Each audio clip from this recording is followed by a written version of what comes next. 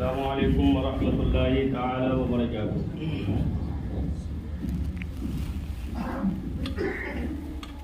نحمده ونصلي ونسلم على رسوله الكريم اما بعد فاعوذ بالله من الشيطان الرجيم بسم الله الرحمن الرحيم قل هل يستوي الذين يعلمون والذين لا يعلمون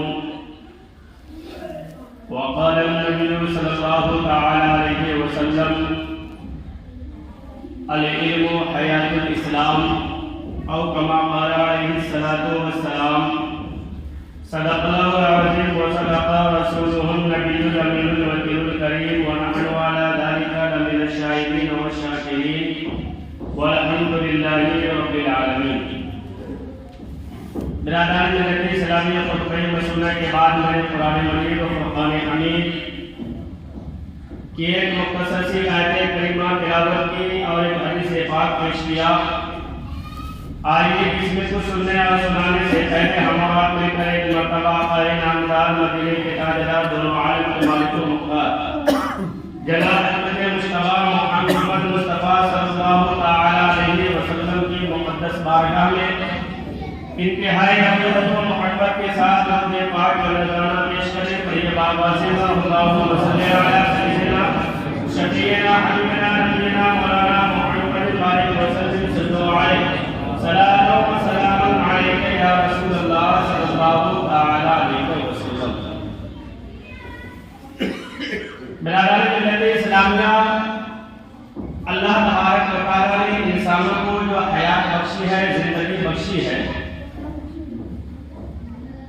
اب اس زندگی کے بچانے کے لیے، اس حیات کو قائم رکھنے کے لیے جب تک اللہ نے ہمیں وقت دیا ہے، اگر وہ زندگی، وہ جسم کبھی بیمار ہو جائے، تکلیف کا شکار ہو جائے، پریشان ہو جائے، تو جو بھی جائز طریقے ہیں ہم اسے کرنے کی کوشش کرتے ہیں تاکہ یہ ہماری زندگی، یہ ہماری حیات باقی رہے، اس میں کوئی پریشانی کا سامنا نہ ہو، چاہے وہ دوائی کے ذریعے ہو یا دعا کے ذریعے ہو یا پرہیز، کھانے سے پرہیز کرتے ہو یا جس طریقے سے۔ ٹھیک اسی طریقے سے برادران ملت اسلامیہ، آج ہر مسلمان کی یہ خواہش ہے اور ہونا بھی چاہیے کہ اسلام زندہ رہے، اسلام باقی رہے، اور یقیناً یہ اسلام ابتدائی زمانے سے لے کر کے صبح قیامت تک یقیناً یہ باقی رہے گا، یہ مٹنے والی چیز نہیں ہے۔ اب اگر اس اسلام کو زندگی بخشنا ہے، اس اسلام کو زندہ رکھنا ہے، تو برادران ملت اسلامیہ، آقا کا فرمان ہے، حضور ارشاد فرماتے ہیں کہ العلم حیات الاسلام، کہ اسلام کو جو زندگی حاصل ہوگی، اسلام کو جو زندگی ملے گی، وہ صرف اور صرف وہ علم کے ذریعے ملے گی۔ اگر ہم علم حاصل کر لیتے ہیں، ہم نماز کی پابندی کریں گے، اسلام کو زندگی مل جائے گی۔ اگر ہم علم حاصل کر لیتے ہیں، ہم روزہ کی پابندی کریں گے، اسلام کو زندگی مل جائے گی۔ اگر ہم علم حاصل کر لیتے ہیں، حلال و حرام کی تمیز کر لیں گے، اسلام کو زندگی مل جائے گی۔ اگر ہم علم حاصل کر لیتے ہیں، چھوٹے اور بڑوں کی تمیز کرنا سیکھ جائیں گے، اسلام کو زندگی مل جائے گی۔ علم حاصل کر لیتے ہیں، اخلاق ہمارے اندر آ جائے گا، اسلام کو زندگی مل جائے گی۔ چاہے آپ جس اعتبار سے بھی لے لیں، علم حاصل کر لیں گے، شریعت پہ ہم کرنا شروع کر دیں گے، اسلام کل بھی زندہ رہے گا، آج بھی زندہ رہے گا، اور انشاءاللہ صبح قیامت تک زندہ رہے گا۔ اس لیے کہ برادران ملت اسلامیہ، یہ علم ہی ایسی چیز ہے کہ جس سے ہم بھی زندہ رہ سکتے ہیں اور اسلام بھی زندہ رہ سکتا ہے۔ اور قرآن کریم کا مطالعہ کریں، اسلام وہ ایسا پاکیزہ مذہب ہے، وہ ایسا پاکیزہ دین ہے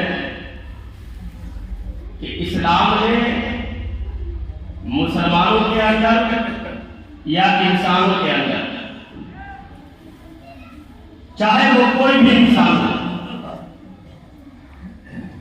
کبھی بھی تفریق پیدا نہیں کی ہے کہ یہ کولا کالا ہے تو اس کا یہ مقام ہے، یہ گورا ہے تو یہ مقام ہے، یہ عرب میں پیدا ہوا ہے تو یہ مقام ہے، یہ ہندوستان میں پیدا ہوا ہے تو یہ مقام ہے۔ یہ مالدار ہے تو اس کا یہ مقام ہے، یہ غریب ہے تو اس کا یہ مقام ہے. یعنی اسلام نے کسی بھی اعتبار سے انسانوں کے اندر فرق کو پیدا نہیں کیا ہے، چاہے وہ کالا ہو یا گورا ہو یا عرب کا رہنے والا ہو یا عجم کا رہنے والا ہو، چاہے ہندوستان کا ہو یا کسی بھی جگہ کا رہنے والا ہو. کسی کو چاہے ذات کے اعتبار سے ہو یا برادری کے اعتبار سے ہو، کوئی کسی سے فوقیت نہیں رکھتا ہے کہ یہ اچھا ہے یہ خراب ہے. ہم اگر شیخ ہیں کوئی انصاری ہے تو ایسا نہیں کہ شیخ کا مرتبہ زیادہ ہے انصاری کا کم ہے. کوئی خان ہے کوئی پٹھان ہے تو اس کا مرتبہ خان ہونے کی بنیاد پر بڑا نہیں ہے.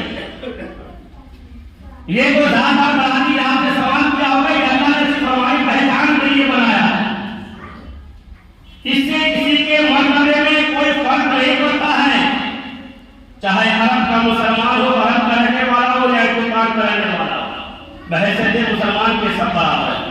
کوئی کسی کے اندر اونچ نیچ نہیں ہے، کوئی فرق نہیں ہے. لیکن آپ قرآن کا مطالعہ کریں تو قرآن ایک جگہ مسلمانوں کے اندر، انسانوں کے اندر ایک جگہ فرق پیدا کرتا ہے کہ کون انسان اچھا ہے کون اچھا نہیں ہے، کون اعلیٰ مرتبے والا ہے کون ادنا مرتبے والا ہے. قرآن سے آپ پوچھیں گے تو قرآن کہے گا قل هل يستوي الذين يعلمون والذين لا يعلمون. کیا محبوب آپ فرما دیجیے کہ جو علم کا جاننے والا ہے وہ علم کے نہ جاننے والے سے بہتر ہے. آپ یعنی علم ایسی چیز ہے برادری ملت اسلامیہ کہ وہ انسان کو ایک دوسرے سے ممتاز کرتا ہے علم کی بنیاد پر سے، اور کوئی بنیاد نہیں ہے کسی کے اندر تفریق پیدا کرنے کی. وہ صرف اور صرف علم ہے کہ قرآن کہتا ہے کہ جاننے والا نہ جاننے کے والے کے برابر کبھی بھی نہیں ہو سکتا. جو علم والا ہوگا، علم سے مراد کیا ہے؟ ایک بات یاد رکھیں کہ علم سے مراد یہ ہے کہ انسان اپنی ضروریات، نماز، روزہ، وضو، طہارت، جتنی بھی چیزیں ہمارے لیے ضروری ہے اتنا علم جان لینا یہ ہر انسان کے لیے ضروری ہے. یہ فرض ہے. عالم بننا یہ ایک فضیلت ہے، حافظ بننا یہ ایک فضیلت ہے. لیکن اتنا علم سیکھنا کہ جس سے ہماری ضروریات کی چیزیں ہم اپنے سے کرنے لگ جائے، اتنا علم کا سیکھنا یہ ہمارے لیے فرض ہے نہیں. برادری ملت اسلامیہ اور ایک بات یہی علم ہے، آپ جان لیں کہ اللہ نے جو کہا ہے کہ علم والے نہ جاننے والے سے بہتر ہے تو ایسے ہی نہیں کہا. آپ قرآن کا مطالعہ کریں کہ جب اللہ نے کہا کہ میں زمین پر اپنا نائب مقرر کرنے والا ہوں، وَإِذْ قَالَ رَبُّكَ لِلْمَلَائِكَةِ إِنِّي جَاعِلٌ فِي الْأَرْضِ خَلِيفَةً، کہ جب اللہ نے فرشتوں سے کہا، کیا کہا کہ إِنِّي جَاعِلٌ فِي الْأَرْضِ خَلِيفَةً، کہ میں زمین پر اپنا نائب اپنا خلیفہ مقرر کرنے والا ہوں. تو جانتے ہیں کہ فرشتوں نے کہا اور کس کو کرنے والا ہوں؟ حضرت آدم. اللہ نے فرمایا تو فرشتوں نے اعتراض کیا کہ ہم فرشتے ہیں، انسانوں سے زیادہ ہمارے مرتبہ، ہم مرتبے والے ہیں. اعتراض کرنا شروع کر دیا. کون؟ فرشتوں نے. تو برادری ملت اسلام میں آپ اس کو قرآن میں پڑھیں گے تو اللہ نے یہ نہیں فرمایا کہ یہ میرا فیصلہ ہے، میں جو کہہ دیا ہوں وہ ہو گیا. چاہتا تو اللہ یہ کہہ سکتا تھا کہ میں پیدا کرنے والا ہوں، میں نے تمہیں بھی پیدا کیا ہے، میں نے حضرت آدم کو بھی پیدا کیا، میں جو چاہے کروں. لیکن اللہ نے یہ نہیں فرمایا، بلکہ اللہ نے ارشاد فرمایا کہ اے فرشتوں، اگر تم یہ چاہتے ہو، تمہارا یہ اعتراض ہے کہ حضرت آدم یہ انسان ہے، یہ تم سے مرتبے میں کم ہے، یہ زمین پہ جائیں گے تو فساد پھیلائیں گے، ایسا کرو کہ علم کے ذریعے تمہارا مقابلہ ہو جائے حضرت آدم سے. علم کے ذریعے اللہ نے فرمایا کہ اے فرشتوں، تم فلاں فلاں چیز کے نام بتاؤ. فرشتوں نے گنا دی. اس کے بعد اللہ نے حضرت آدم سے کہا. حضرت آدم نے شروع سے لے کر کے آگے تک ساری چیزوں کا نام بتا دیا. تو اللہ نے فرمایا کہ اے فرشتوں سن لو، میرا جو انتخاب ہے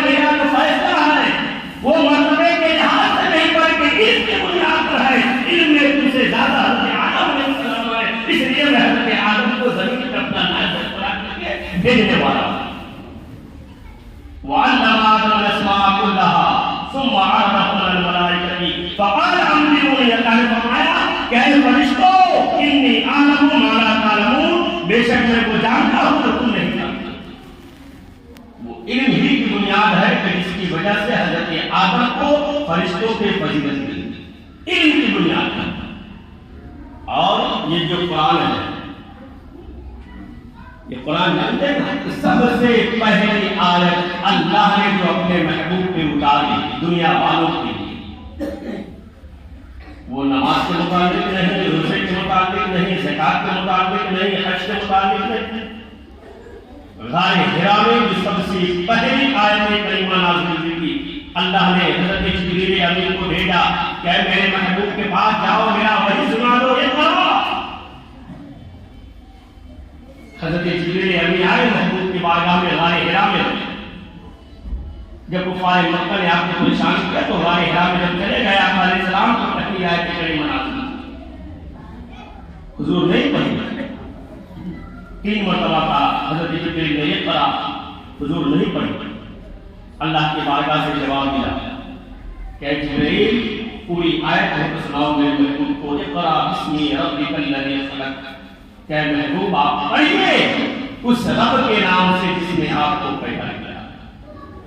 تو پہلی آیت یہ پڑھنے کے مطابق اللہ نے ہمارے اوپر نازل کیا ہے، ان کے تعلق سے ہے، لیکن آج سب سے زیادہ علم کے اعتبار سے اگر کوئی قوم پیچھے ہے تو وہ صرف مسلمان ہے، جو ہر تعلیمی میدان میں سب سے پیچھے ہم نظر آتے ہیں۔ اس کی وجہ یہی ہے کہ آج ہم علم سے دور ہو گئے، جس کا نتیجہ یہ ہے کہ اسلام نے سب سے پہلا پیغام ہمارے اور آپ کے لیے دیا تھا کہ سب سے پہلا کام ہمارے لیے ضروری ہے کہ ہم علم کو حاصل کریں، لیکن آج علمی اعتبار سے ہم سب سے پیچھے نظر آتے ہیں۔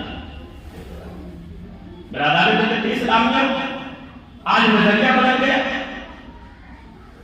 آج ہماری فکر بدل گئی، ہماری سوچ بدل گئی۔ ایک بات یاد رکھیں، یہ دینی تعلیم ہے قرآن حدیث، یہی قرآن اور حدیث سے آج غیر ترقی کرتا ہوا نظر آتا ہے۔ جتنے بھی آپ بڑے بڑے چیزوں کو دیکھیں کہ چاند پر چلا گیا، فلاں چیز سائنسدانوں نے ایجاد کر دی، یہ صرف قرآن سے حاصل کرتا۔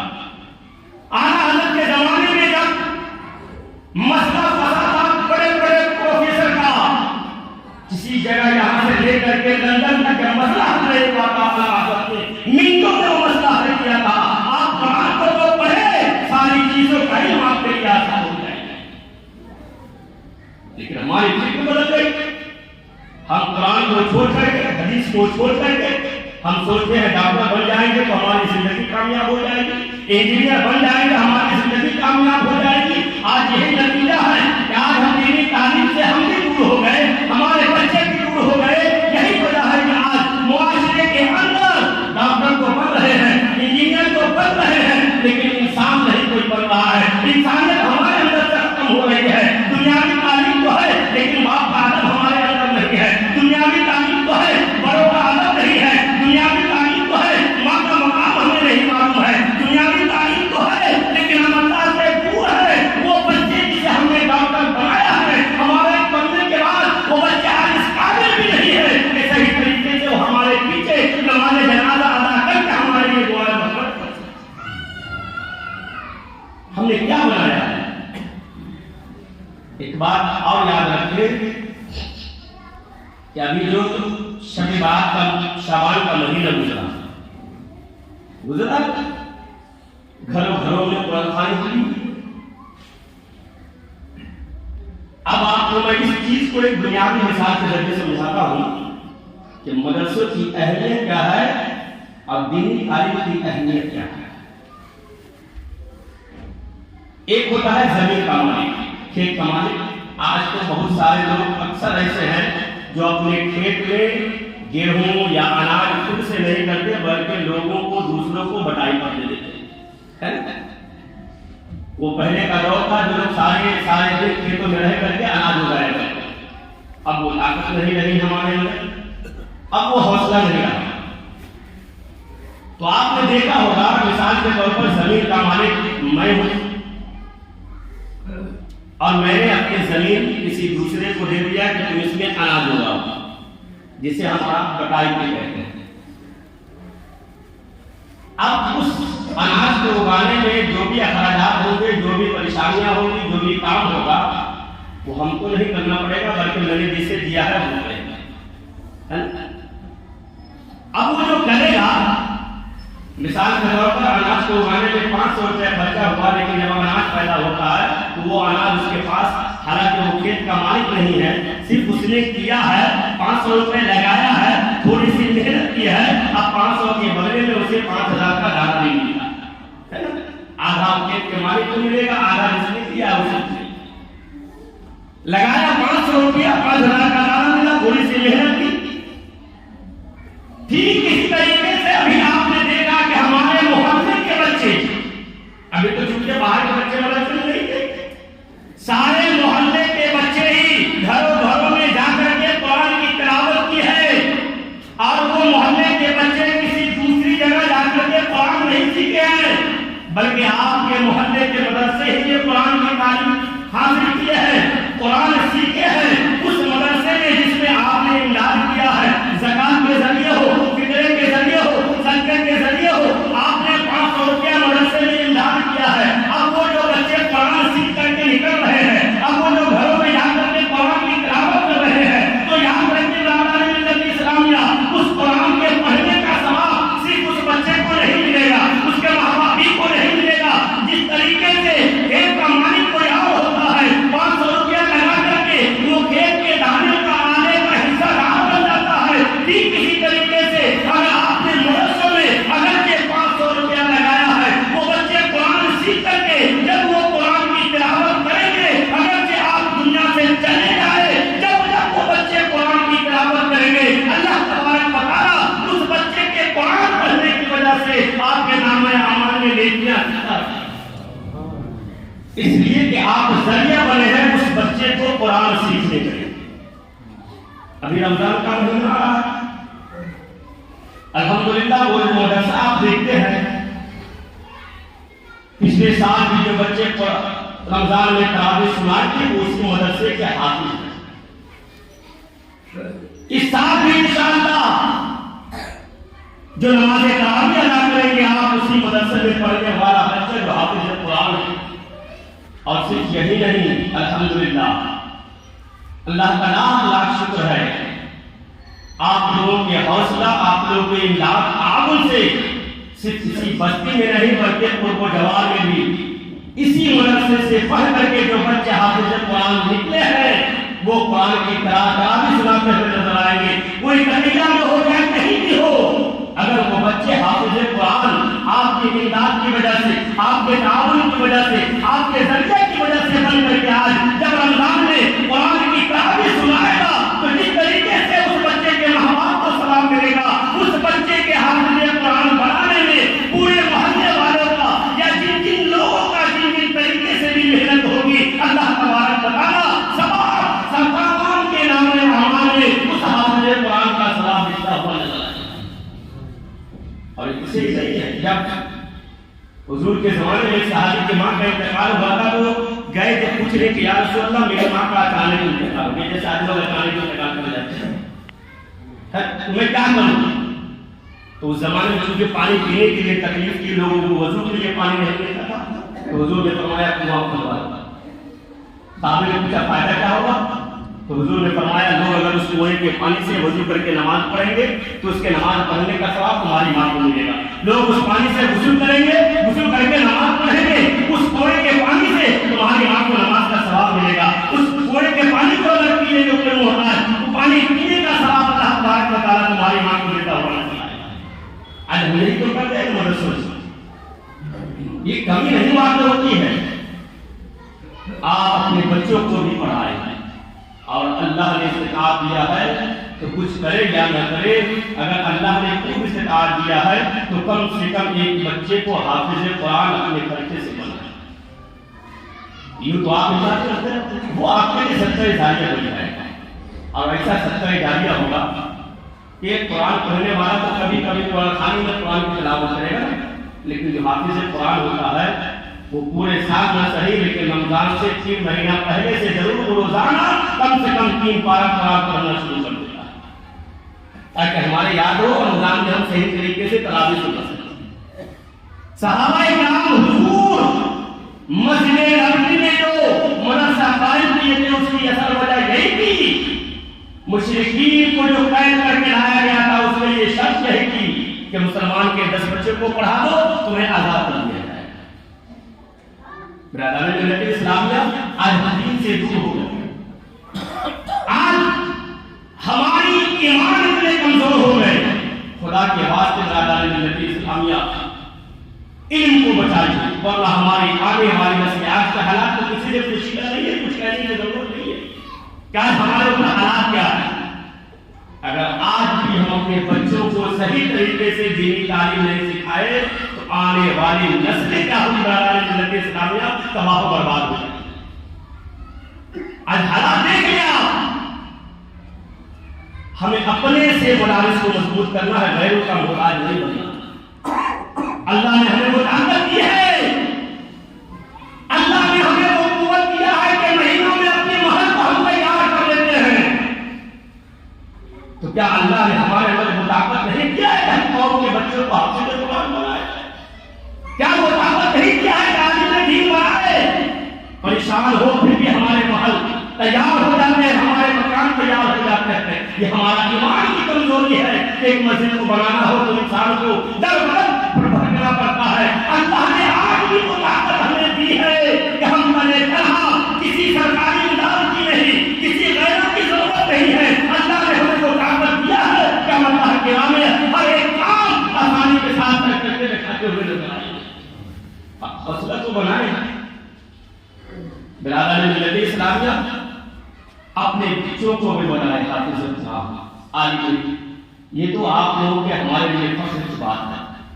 الحمدللہ ہمارے مدرسے سے تو اپنے مدرسے سے تو حافظ قرآن نکل گئی، آج بھی 5 بچے حافظ بنے ہوئے، لیکن حالات سازگار نہ ہونے کی وجہ سے لاک ڈاؤن آ گیا۔ لاک ڈاؤن کے بعد مدرسے کو چھوڑ کر کے بنایا گیا، مسجد کی تعمیر ہوئی جس کی وجہ سے ان بچوں کو دستار بندی نہیں دی گئی۔ جو بچے پچھلے سال کی تراویح سنائے تھے اس سال بھی سنائے گئے، لیکن حالات سازگار نہ ہونے کی وجہ سے، جلسے نہ ہونے کی وجہ سے اس بچوں کے سروں پہ دستار بندی ابھی تک نہیں ہوئی ہے۔ لیکن اللہ کا فضل ہے کہ وہ بچے حافظ قرآن ہو کر کے لوگوں کو تراویح سناتے ہوئے نظر آ رہے ہیں۔ اور اتنا ہی نہیں، آپ پورے اس علاقے کا دورہ کر لیجیے، 20 سے 25 سال پیچھے جا کر کے، چاہے وہ کسی بھی علاقے میں ہو، علماء کسی مدرسے سے عالم بن کر کے رہے ہوئے ہیں، لیکن یہ آپ لوگوں کی محنت کا نتیجہ، امداد کا نتیجہ ہے۔ لوگوں سے جو کہے جلسہ ہوا تھا 5 مارچ کو، اس جلسے میں 2 عالم کو جو شروع اعلانیہ سے لے کر کے خامسہ تک پڑھا کر کے کہیں باہر سے لا کر کے 5 سال بچے مدرسے میں رہ کر کے علم سیکھے تھے، ایک مسودہ کا رہنے والا بھی تھا جو عالم دین بن کر کے نکل کر کے آج وہ قوم کی خدمت کر رہے ہیں۔ اللہ تبارک و تعالیٰ اس کا ثواب ہے۔ برادران ملت اسلامیہ ضرورت اس بات کی ہے کہ ہم مدرسوں سے محبت کریں، علماء سے محبت کریں، حافظ قرآن سے محبت کریں۔ ایک بات یاد رکھیں، یہ دولت جو ہم چھوڑ کے جا رہے ہیں نا، اللہ نے اگر ہمارے اولاد کو صحیح فکر دیا تو صحیح جگہ استعمال کرے گا۔ اگر ہم جو دولت چھوڑ کے جا رہے ہیں، اگر ہماری اولاد اگر وہ غلط جگہ ہماری دولت کو ہمارے مرنے کے بعد استعمال کر رہا ہے تو قبر میں ہمیں اس کا بھی عذاب سننا ہوگا، کیونکہ ہم چھوڑ کر کے آئے نا، ہماری چھوڑی ہوئی چیز کو ہمارے اولاد غلط جگہ استعمال کرے۔ جس طریقے سے اگر کوئی راستے میں اگر کوئی گڑھا کھودتے مر بھی جائے، لوگوں کو تکلیف ہوگی تو اس کے نامہ اعمال میں عطا نہیں جائے گا۔ تو اس لیے اپنے اولاد کو صحیح تعلیم دیں، صحیح تربیت دیں، مدرسوں کی حفاظت کریں۔ آج ضرورت اس بات کی ہے کہ سب سے زیادہ ہم مدرسوں کی حفاظت کریں، بچوں کو دینی تعلیم سکھائیں، قرآن کی تعلیم سکھائیں۔ اللہ نے آپ لوگوں کو بہت دیا، آپ بہت دیتے ہیں، یہی نتیجہ ہے کہ چند سالوں کے اندر اپنے گاؤں کے رونق بڑھ گئی ہے، مدرسے کی تعمیر ہو گئی، مسجد کی تعمیر ہو گئی، الحمدللہ یہ آپ لوگ کا نتیجہ ہے۔ اللہ تبارک و تعالیٰ اور آپ لوگ کو دے کہ آپ لوگ اور زیادہ دین کی راہ میں خرچ کریں۔ اللہ تبارک و تعالیٰ ہم سب کو دین سے محبت کرنے کی توفیق عطا فرمائے اور